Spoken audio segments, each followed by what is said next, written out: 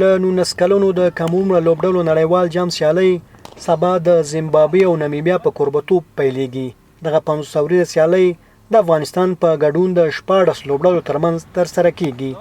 د کرکټ بورډ ویان وایي د 2014 کال نړیوال جام ته د افغانستان له 19 کلونو کم عمره لوبډلې پوره چمتووالی نیولی او د دغه کال له پیل راهیسې دغو سیالیو ته په کور دننه تمریني کمپونه ترسره کړي دي. د بنگلاديش او هندوستان سره سیریز برابر کړ. په هغې کې هم دوی ډېرې ښې بریاوې ترلاسه کړې. بنگلاديش ته په خپل کور کې په مهمو لوبو کې ماتې ورکړې. دغه راز هندوستان الف او ب دواړو لوبډلو ته یې ماتې ورکړې. هلته هم ښې سیالۍ ترسره کړې. په وروستیو کې بیا په اسیا جام کې ګډون وکړو او په درې اړخیزه لوبلړۍ کې ګډون وکړو. که څه هم په وروستیو لوبو کې یو شمېر لوبې زموږ سیالو لوبډلې وګټلې، خو په ټوله کې افغان لوبډلې ښه کرکټ وکړو.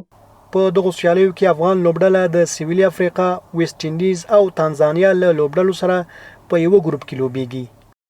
ټولو هیوادوالو څخه مې هیله ده چې په دې مهم مخ کې موږ په دعاګانو کې یاد وساتئ او موږ به انشاءالله تاسو ته خوښي او مسکا درکو او لوبډله به تر سیم فاینل او فاینل رسوو د الله په مرستې سره.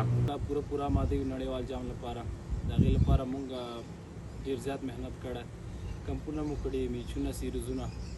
نو انشاءالله پوره ماده یو چې نړیوال جام کې به ښې سیالۍ ترسره کوو او په خپل ټیم ډېر باوري یم انشاءالله چې په نړیوال جام کې به ښې لوبې کوو.